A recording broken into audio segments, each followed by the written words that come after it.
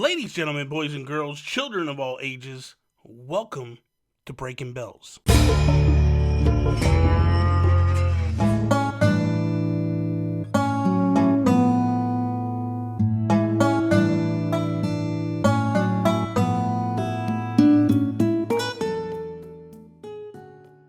What is up, everybody? Bobby here, the Nintendo Guru, and today on Breaking Bells, I just kind of want to go over some things I want to analyze, I want to break down, and I want you guys to kind of see what I'm seeing or understand what I'm feeling with this game. There are so many mixed emotions coming after watching this E3 presentation, and not just the trailer per se that was shown, but then the Treehouse Live segment. But then I started going back and I'm reading comments of what people are saying about the thing and what they believe it's going to be. And then I went back, and as you can see right now, if you're watching the video version, the Tom Nook segment of the announcement of Animal Crossing for the Switch. I went back today and I started watching this and I was like, was this foreshadowing? Tom Nook is basically talking about he needs to set something up for where everybody comes back from smashing and all that stuff. And, you know, he wants to have a nice place for them to come back to. And I'm wondering if this is supposed to be like the moment when Tom Nook realizes he's going to start another business. It's going to be a deserted island travel agency of sorts. And that's where it goes. And you could see as he's kind of explaining what everything is going to be, that's what it is. So I wanted to go over some things that I felt were necessary to discuss today, and there's a few things. I wanted to start off with the first time that we are able to actually build on the beach. So in previous Animal Crossing games, you were never allowed to build on the beach. You could drop flowers there, you could plant flowers, you could plant trees there, you could drop items on the beach, but you could never build on the beach. It was just, if you wanted to build a house, you wanted to do a public works project in New Leaf, they had to be on the main town section of things. In New Horizons, it's a little different. We're actually going to be able to build wherever, and it's kind of exciting. I saw that house, that tent on the beach, and I just thought, what is happening here? There's going to be more to all of this as we move forward. So that was number one. The first thing that, basically I thought was, this is different, this is interesting, and this tells me that this is going to be a totally different game than anything we've ever known. Because the one thing that I liked about this trailer was everything we thought we knew about Animal Crossing, we know nothing about anymore. They've basically taken a formula that was repetitive after four versions of this game in the franchise and just said, we're going to change it up a little bit. We're going to make you feel a little vulnerable. And it seems like that's the way Nintendo is right now with the Nintendo Switch. There's been numerous times within the past few years where, Breath of the Wild is a prime example. What you thought you knew from Nintendo and big 3D Zelda games is out the window now. They changed the formula. They changed the way everything is. And I feel like Breath of the Wild was the cornerstone to start all this. And now Animal Crossing is taking that to another level for the Animal Crossing franchise. And there's so much within this game that says they took some things with Pocket Camp, they took some things from New Leaf, they took some things from Breath of the Wild, they mixed them up, and they just throw them out, and they go, here it is. So this is where we are. Another thing that I wanted to discuss in today's video is moving items around your home, etc. It looks like they went back to the traditional sense of moving items. In the update to New Leaf, we were allowed to basically move items very similar in fashion to Happy Home Designer, where you could use your stylus. Now, I understand we don't have a stylus in this game, but you could move your stylus. The home or wherever you were moving things became a grid, and you could basically grid them off and move things tighter, more simplified. Now, what they're saying is that they brought back the half units of Happy Home Designer, which means that like we can move things in a particular fashion. But as you can see, if you're watching the video again, she's moving things by sliding, and that's not what we became accustomed to with Happy Home Designer and New Leaf after the update. Now, me personally, I loved how that was, and I hope that they incorporate that in some sense at some time. It would be fantastic if they did. I'm hoping so anyway. Time will tell how this all progresses and things, work their way through all of this. But it's interesting to see that they've kind of stepped back from what I felt anyway was going to become the norm. It felt like this was a system that was set up, and this is the way it was going to be for future iterations.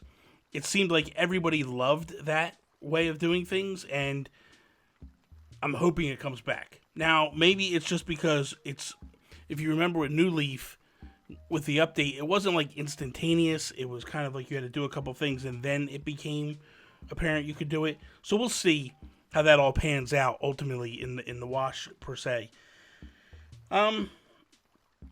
The next thing I want to talk about is hitting a tree with fruit in it. So typically, the way Animal Crossing worked before is if you shook a tree and you shook the fruit out, right, and the fruit fell, or you hit the tree with an axe and all the fruit fell from the tree, it would drop into a formation around the tree. Now, if you didn't pick those fruit up, and then the next day, or whenever the next bloom was, you did it again, it would drop in a different location. And essentially what would happen is you could get 8 spots around the tree, and that would be the extent of where the fruit would go. If you did it so if you did that, let's say 4 days in a row, or four harvests in a row, you get your circle around the tree. If you did it again, you would lose any of those apples or fruit that dropped. What it seems like, and it showed in the Treehouse Live thing, was if you do this, whatever you're doing will extend further than around the tree. And there's a couple of reasons for this. If you watch the trailer, there's a moment where she plants a tree and then plants flowers around it.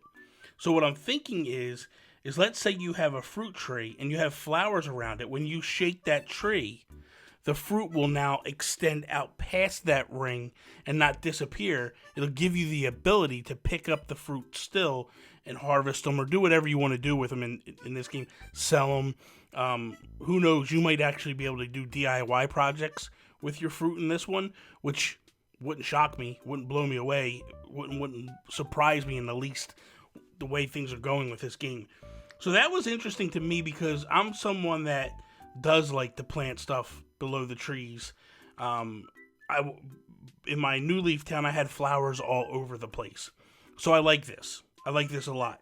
There's one thing I do want to dispute. It's come out today, I think from Go Nintendo, that when you start your town, you start with 2 villagers. And I'm not sure if that's the case or not. Because the way they're doing it is, the way they're viewing it is, there's 2 villagers in that Treehouse Live thing. That's true. That's absolutely true. There's 2 tents in that Treehouse Live footage. That also is true.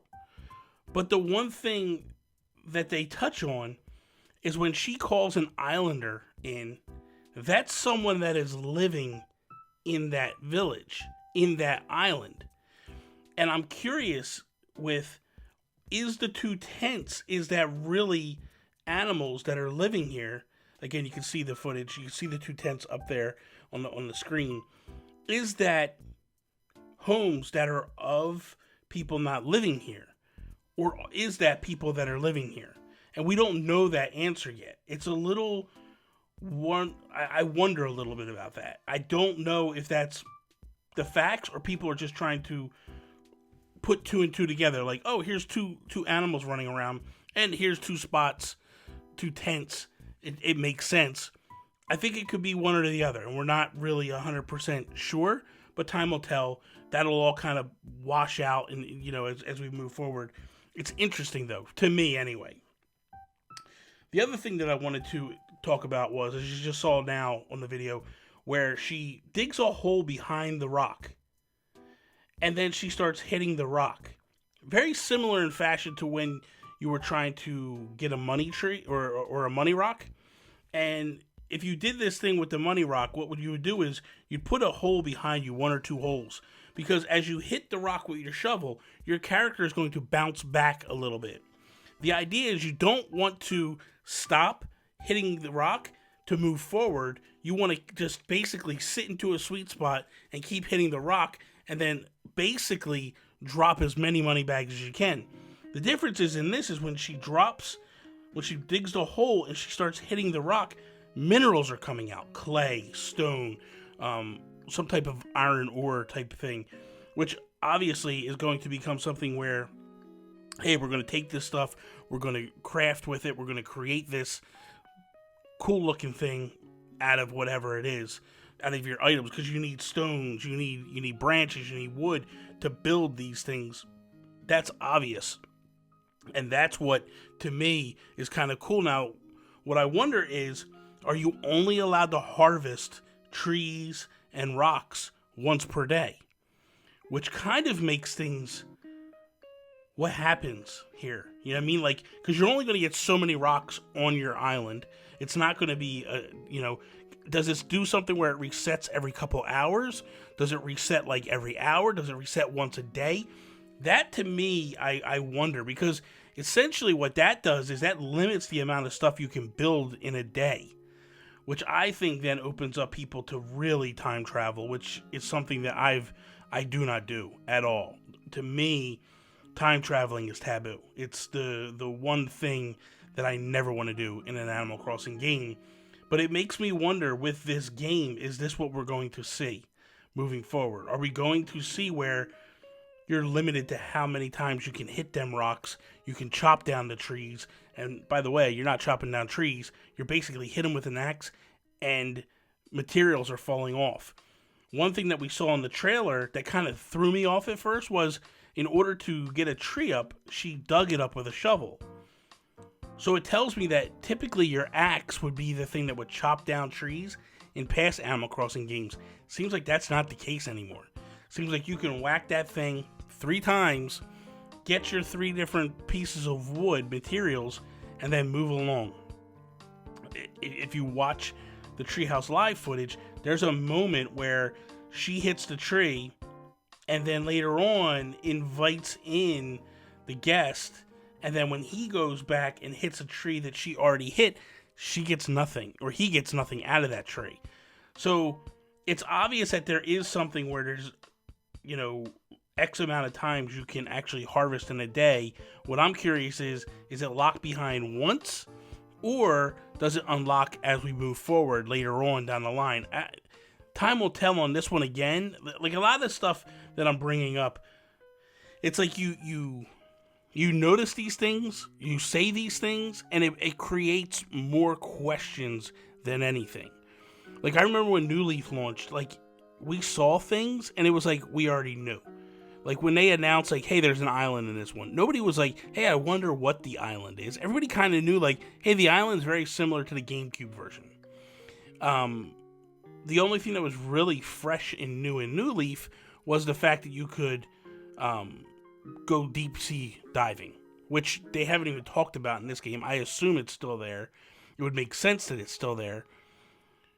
But the thing that I kind of find intriguing with all of this is the fact that, like, there's so much mystery behind this game that we're not 100% sure what is coming of this game.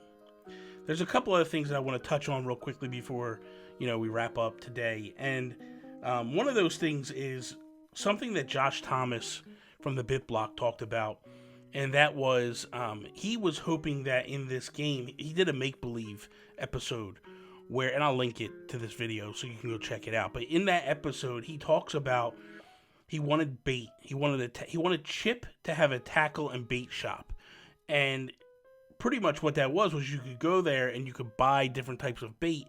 You could create different types of combinations to help pick up the abilities. Pretty much the way it would work is, like, let's just say you took a clam and you took a cherry and you mixed those and you went fishing in the ocean.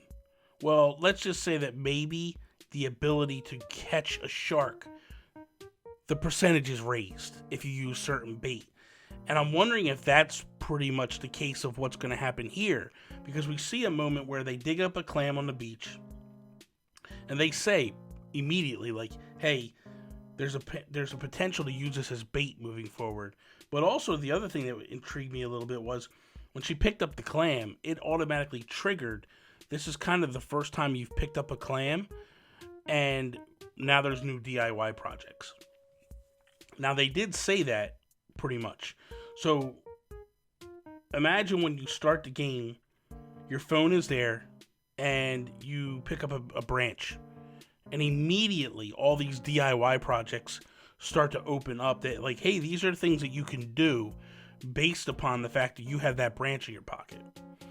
The other thing that interests me is the fact that you can build things like tools, but also you can buy tools. So you could go to the Nooks and you could buy whatever items that you can't find or build. Maybe you don't have the recipes in order to build something. But also the other thing that makes me wonder is, will we get gold fishing rods and silver fishing rods and gold nets and silver nets? And for those that have never played an Animal Crossing game, why these things are important is, as you start to build up your museum, or you're trying to catch certain fish, the silver and the gold fishing rods pretty much make it a little bit easier. So when I would cast in Animal Crossing with a regular fishing rod, you run the risk of the fish just not even hitting your hook, just basically swimming right by it, or pointing in a different direction. But when you threw a silver rod out or a gold rod out, all fish kind of turned to that rod and went after it, and it made fishing a little bit easier. Now, I'm sure you're going to be able to upgrade your fishing rods, your nets, and all that stuff. But my curiosity is, on what level? On what point does this happen? You know? When does this not happen anymore? And what level is it on? And I know that pretty much what they've done with this game is they've made it where you land on the island, nobody is there. This is something that they wanted to do to make it different for the users. I can appreciate that. After playing 4 Animal Crossing games, I really was like, is this going to be fresh? Is this going to be new? My feeling was, going into this, like, they hit it so hard, the nail on the head so hard with New Leaf, I didn't want them to backpedal and mess up. I wanted them to keep pushing forward and push the narrative further and take the franchise deeper in. So for me to sit there and go like, hey, I see what they've done, and it's all fresh and new to me. Like, I was talking to a friend of mine the other day, and I was like, what makes me nervous is, going into this game, I thought, like, well, I know everything about Animal Crossing. My plan is to hopefully buy my mom a Switch and buy her Animal Crossing. But with New Leaf, I could have been like, she called me up and said, hey, Bobby, how do I do this? I can answer that question. With this game, I'm not sure. I'm not sure how to answer that question. And that's rather exciting, to be honest with you, is the fact that I am not the master at the game like I was with New Leaf. Like, New Leaf, I could tell you exactly what to do. I could tell you exactly how to get around. And this just has me feeling a little vulnerable. And I like that feeling because it makes me more excited to play this game. I love playing Minecraft. I love crafting in Minecraft. I love doing all that stuff. So the ability to, per se, mine and craft in Animal Crossing just makes me so excited. There was a game on the Wii called The Sims. And it basically, I'm sorry, it wasn't The Sims. I forget the name of it, but it was Sims. I forget the actual name of it.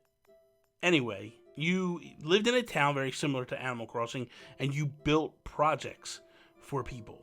And pretty much, people would say, like, hey, could you build this for me? And you went and you built it, and then you took it to them. Very similar to, like, Dragon Quest Builders. It's why I like Dragon Quest Builders so much, where people will come to you and say, I want this. And then you have to go out, you need to search and find the ingredients, and then come back home and then build what they need built.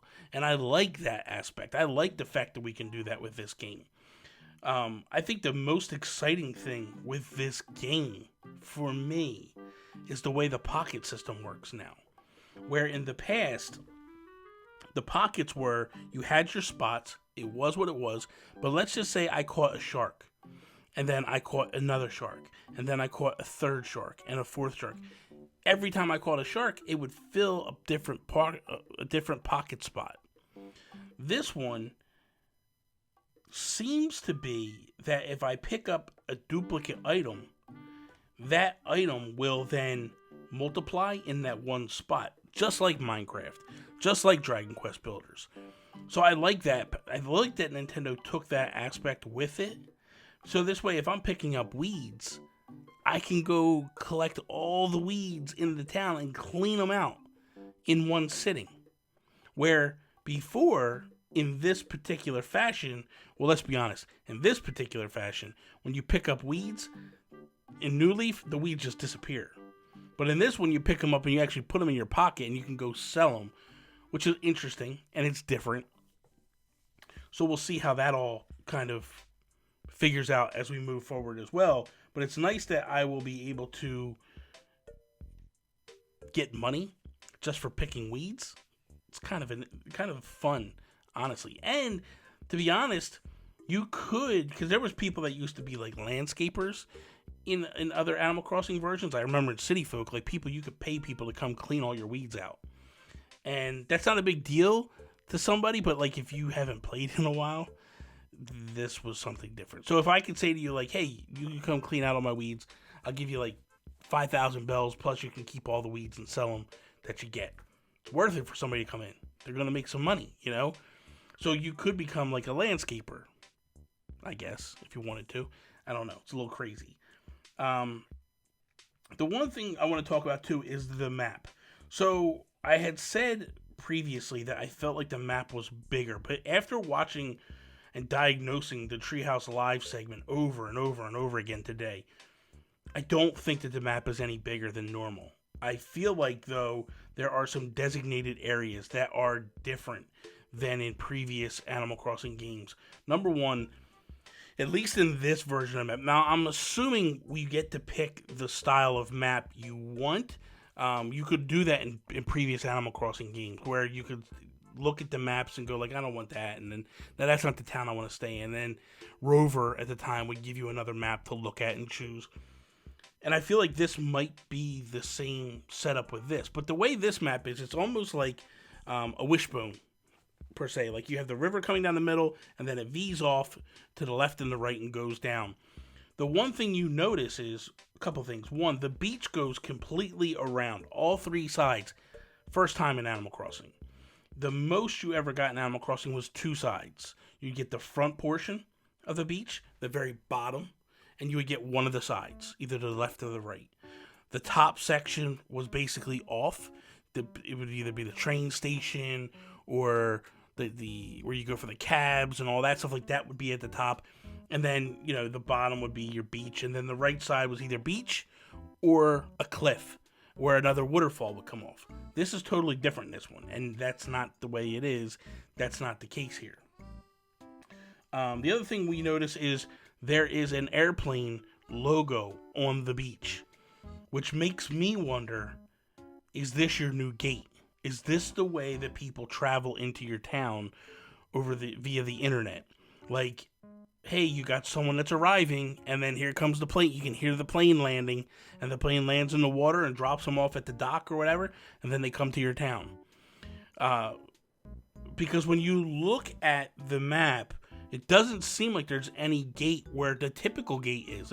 In all Animal Crossing games previously, The gates were at the top part of the map. In this one, it's not there. There is no gate. Now, there's people that are saying, like, maybe you build the gate, maybe you build the train station, and that's all well and good, and maybe that is the case. Maybe that does happen as time moves on. But as of right now, I feel like the plane is more or less just the way to for other people to come to your town. A lot of people are looking at it like, oh, well, the plane is a way to go to another town, or to go to a shopping center, or to go to a Nook store, or to go to another island, or to go to whatever. And that's not the case. I don't feel like that is the case at all. I feel like what that plane is your gate. And that's how people will arrive to your town or your island as we move forward. May not be the best way, and it may not be what people are excited about, but it's definitely something. And I'm telling you, I think that's more or less where we're going with this game. People may not be happy about it, because I think people really in their minds are thinking, like, that's a way to travel and go someplace else. I just don't think we have that in this game. I don't think we have the city or a big section of stores as it was. I think this is pretty much, you have to build that in this game. And I also believe, especially after talking to Josh last night from the BitBlock, I feel like it's going to be one of those things of, like, you can build your stores however you want. If you want to build your stores similar to how New Leaf was, where they're all in a row at the top, knock yourself out. Me personally, and again, after talking to Josh, he's convinced me, I like the GameCube way, where you drop the stores randomly all over the place. So it would be kind of cool, like, and I think what's going to happen is, like, one day you'll just show up. You'll go and you'll play, and Blathers will show up, and Blathers will say to you, like, hey Bobby, I would love to have a museum here. Like, I could really get into some. I've seen some bugs that are different creatures than I've ever seen before. I've seen some fish that are different than anything before. It'd be so cool if we could build a museum here and just archive all this stuff. And then it's your job to determine where that goes, where that museum is going to go, and then to get the materials to build it. And I think that is exciting to me. I know that's exciting to me. I don't even think it. I know it. And I think that's what's going to be exciting for a lot of people, is the fact that we get this different perspective of the game. It's a no-brainer that this is going to be one of the coolest things ever. And I think that's also the way houses will work for different villagers. I think that they'll arrive, you'll put a tent up, and then as time moves on, they'll ask you to build them a house similar to Happy Home Designer. And I think this is what it all becomes. It slowly becomes this thing where you are building everything. You will eventually get everything that's in New Leaf, except for you're building it yourself this time. And the reason why this excites me is what you looked at with New Leaf. You run the gambit. Once you basically unlock everything, which could, let's be honest, you could unlock everything 6 to 9 months. Once that's done, once you've gone 6 to 9 months, once you've unlocked all the bugs, if you pay attention to the fishing and the beetles and the bugs and all that stuff, you could fill that museum in a year's time. And then when the year's time is done, you're done. That game starts to become boring. But I feel like with this game, they're setting this game up to be a game that you will want to play for years on end. And they'll continue to adapt and add as time moves on. And those additions and changes, this will be a game that you'll play for a very long time on your Switch. And that, again, excites me. One last thing that I think I want to discuss is the paths. And this was something that, to me, was extremely exciting. I am a big proponent of paths. Huge proponent of paths. I get so into that and love building these areas, these walkways, to get from place to place to place. And I think that this is something that's going to excite me beyond belief. The fact that I can build a path that's going to stay. I don't have to worry about somebody kicking it up. I don't have to waste pattern spots on it. The question I have, and I'm pretty certain it's going to be a thing, is can I make them cobblestone? Can I make them whatever? And the other thing that I think excites me is, if you've noticed in the trailers, the spot that's in front of the door is not blank because you have a path leading there and you have to leave that spot empty. They fixed the biggest pet peeve that most people that put paths down have, and that's running the paths up to a certain spot and you just can't drop them in a certain spot. This is pretty awesome, and I hope that Nintendo has figured out a way, or at least if it's not at launch, does an update where I can actually go in and I can put cobblestones down, or I could put brick down, or I could do any of that stuff, and it's there, and it's a thing. Pretty exciting. So my question to you guys right now is, A, what's the most exciting thing that you saw in the trailer that you look forward to playing in the game? Like, what's the moment that when you watched the trailer, you were just like, this is me. This has me hyped now. This is the excitement. Like, what's the one thing? And then also, do you have any fears for this game? Is there anything that has you worried that it might not work out or it might not be good? Let me know in the comments down below. And if you listen to this episode on iTunes or Google Play or whatever stuff you listen to, however you can listen to it, thank you for listening. Please do me a favor, rate the podcast 5 stars. I'm begging you. Let's get this thing noticed by a lot of people. It would be really awesome. And if you're watching on YouTube, please slap the like button, share it with your friends. If you're not a subscriber, please subscribe to the channel. This podcast will continue to go on throughout the year, moving straight up to Animal Crossing's launch. We're going to have more guests on, but I feel like this is the way that I want to do these deep dives. I want to basically spend time with you guys and talk about things. And the difference about this is a typical podcast is I could do an episode 2-3 times a week, because as news is coming out, I'm going to jump all over it and I'm going to make it part of the episode. So thank you guys again for all the support. It means the world to me. Follow me Instagram, Twitter @Nintendo Gurus. That is all. Peace out, Preston.